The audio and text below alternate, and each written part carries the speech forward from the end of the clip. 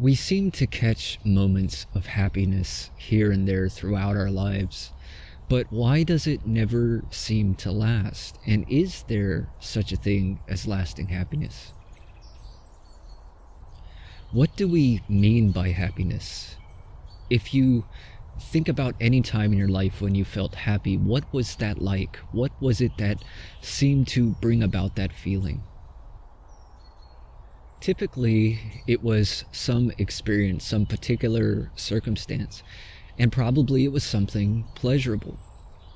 And that can mean pleasing to the senses or pleasing to the mind.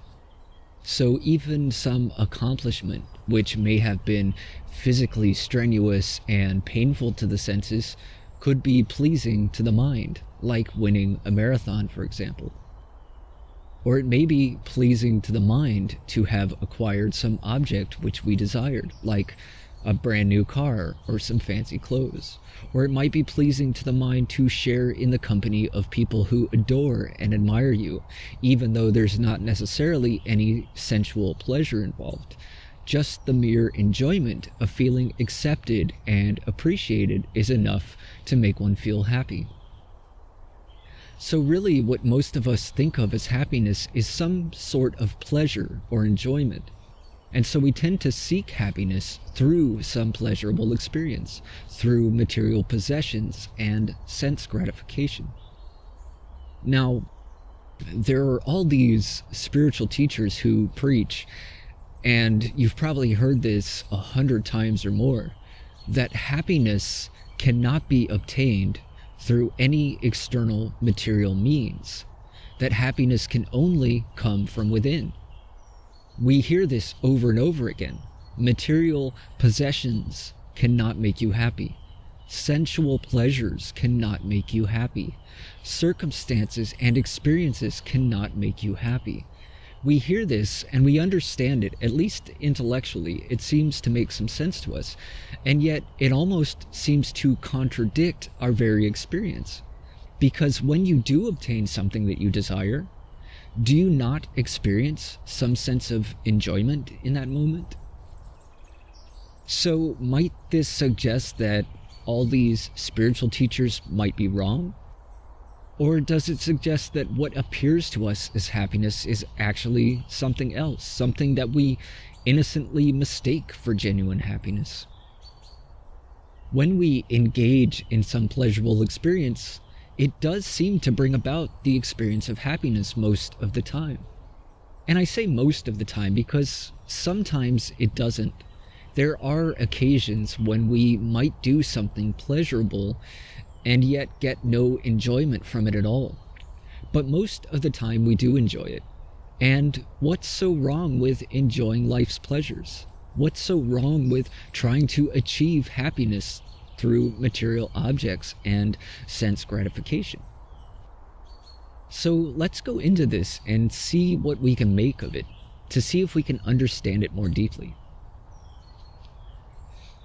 In order to understand anything, often we need to begin by understanding what it isn't. To get to the place that we want to be, we need to first recognize the place where we're currently at. So if you're searching for happiness, it can only be because you aren't happy already. So first of all, what does it mean to be unhappy? To be unhappy really means to be dissatisfied, to be discontent. So naturally, when you're discontent, you desire something other than what is, something other than your current situation. We think, if my circumstances were different in this way or in that way, then I would be happy. If I had this particular thing or this particular experience or whatever the case may be, then I would feel satisfied. So what happens when you get whatever it is that you desire, whether that's some material pleasure or possession or experience? Suddenly, we feel happy. But the problem, as we all know, is that this happiness that we experience doesn't last. It's always short-lived, and before you know it, you're unhappy again. So it's back to searching for something else to satisfy us. We know that if we get the object of our desire and the object breaks, or you lose it, or someone takes it from you, you find yourself unhappy once again. But even if we manage to hold on to that object for the rest of our lives, still, for some reason, that feeling of happiness seems to gradually fade away. It's always temporary, just a glimpse now and then, a little taste, and then it's gone. Now, if the object is the source of our happiness, then you would think that as long as you have the object, you would be happy, right? But we hold on to this thing and eventually we get bored with it. It no longer excites us. It no longer satisfies us. So we go on looking for the next thing. We keep thinking that it's these things or these pleasures that make us feel happy. So we're always chasing after something new or better or trying to get more. Maybe if I just had a little bit more, then I'd really be happy. So we spend our entire lives chasing and pursuing these things, running after pleasure, collecting possessions, achieving all kinds of goals, and so on. And we feel happy for brief moments here and there, but it never lasts. So it would seem, in fact, that we do experience some kind of happiness in those moments, but it's shallow and short-lived. We can never seem to get a permanent grasp on it. So, what does all of this tell us? First of all, it's not the object that makes us happy. It's not the pleasurable experience. It's not the change in circumstance. It's not the achievement. Because even when those things last, the feeling that we call happiness doesn't. So then what else could it be that's causing us to feel happy in those moments? Let's go over the entire process step by step and really try to figure this out. So first of all, we desire something. Then we obtain the object of our desire. And then we feel happy. It seems pretty clear. The only thing that seems to have changed in the situation is that we got the very thing that we were desiring. But what else changed in that moment? Really think about it. Besides feeling happy, what else changes when you acquire the object of your desire? It's really very simple. Once you acquire it, you no longer desire it. Now that you have it, there's no more craving. The craving ceases. If you're hungry and you eat something, the hunger goes away. So as soon as you get the object of your desire, whatever that happens to be, the desire drops away. What's left in its place is a sense of satisfaction or contentment. And this is really what happiness is. Happiness really just means to be content. And contentment means to be free of craving or wanting. So as soon as you get the object of your desire, or the pleasurable experience, or a favorable change in circumstances, in that moment, the desire subsides and you become content. You become satisfied in that moment. So with this understanding, we could say that happiness is essentially the absence of desire or craving. But is getting what we desire the only way to relieve ourselves from that craving? Because if that's the case, then we'll always be craving something and we'll always be having to find something else to satisfy that craving, which ultimately means that we'll never truly be satisfied. We'll only have these fleeting moments of satisfaction. And if that sense of satisfaction is itself fleeting, can we really call it satisfaction at all? So, is there a way to be satisfied all of the time, to experience lasting contentment regardless of one's circumstance? And the answer is actually in the question. To be happy regardless of circumstance means that we're talking about a kind of happiness that doesn't depend on circumstance. So far, we've been talking about a sense of happiness which relies on specific circumstances, pleasurable experiences, and so on. So the real question is, can you be happy without depending upon any of these things? Can you be happy even when the circumstances are dull or difficult? If we think of happiness in terms of contentment, then contentment means that it doesn't matter what the circumstances are. When there's contentment, there's no dissatisfaction with the way things are. Discontent means we're not satisfied. We're wanting something different. And that wanting is itself a form of suffering, which means as long as you're wanting, you're going to be unhappy. So whether we call it wanting or craving or desire, this is all essentially suffering. Not that this creates suffering, but it is suffering.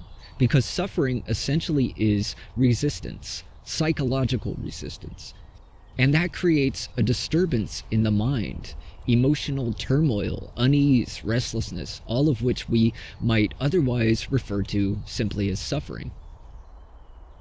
When we think of desire, we tend to think of it being pointed only in one direction, which is toward the object of desire.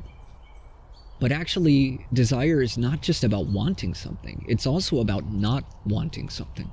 There's the desire for the object or experience which is beyond our current circumstance. But there's also the resistance or aversion to the current circumstance, to what is. To desire something other than what is means that we're resisting what is. If we weren't resisting, which is to say, if we were fully content with the current situation just as it is, there would be no wanting for anything else. And that's what contentment means, to be without wanting, without craving. This is why even when we obtain the object of our desire, we eventually return to a feeling of discontent. It has nothing at all to do with the object or the experience. It has to do with our own inability to simply be content with what is. For a brief moment, when our desire is fulfilled, we have a temporary experience of relief, a brief feeling of being satisfied. And because we confuse the object as the source of that satisfaction, we become dependent upon it in order to maintain that feeling. But because it isn't the source of that feeling, it's unable to maintain it. And so the feeling eventually subsides. So we end up still having the object which we had desired, but it seems as if it's no longer transmitting happiness. So what do? We look for the next thing, and we keep collecting more things and more experiences, or trying to replicate the same situation or experience over and over again. But in the end, nothing ever really satisfies us completely, because eventually the excitement and novelty wears off. So even if we find something pleasurable, some kind of sense gratification, if we engage in it too much, it ceases to be pleasurable.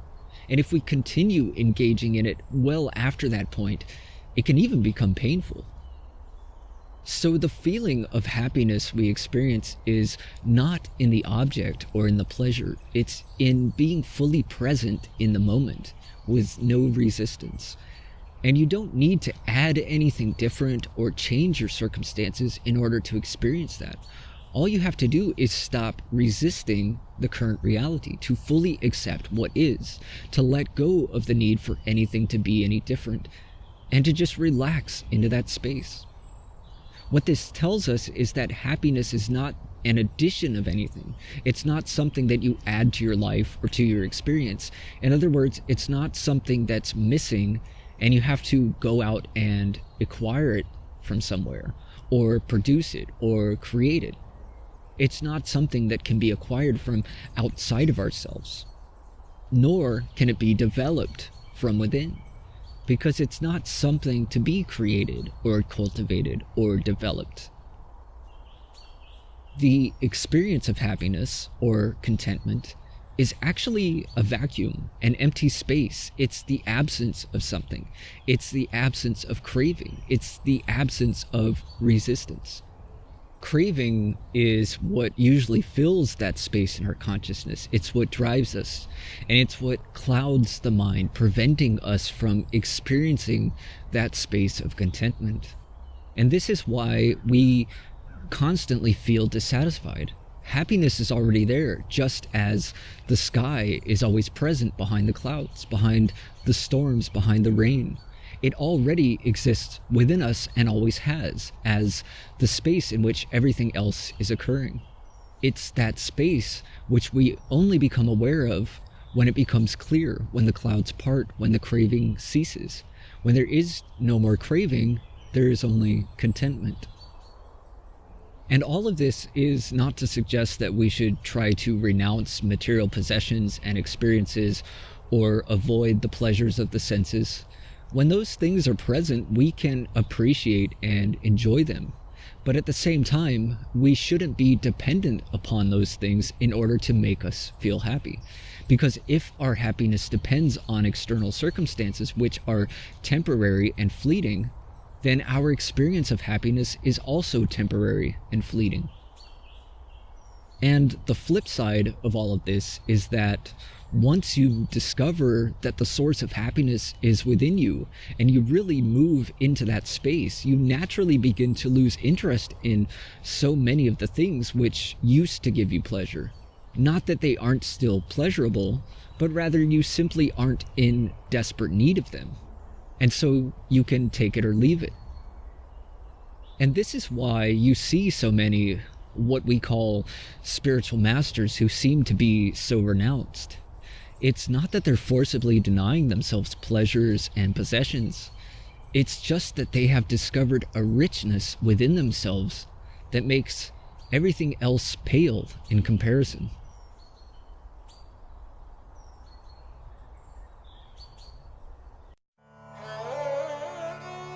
If you find value in this content, be sure to like, share, and subscribe.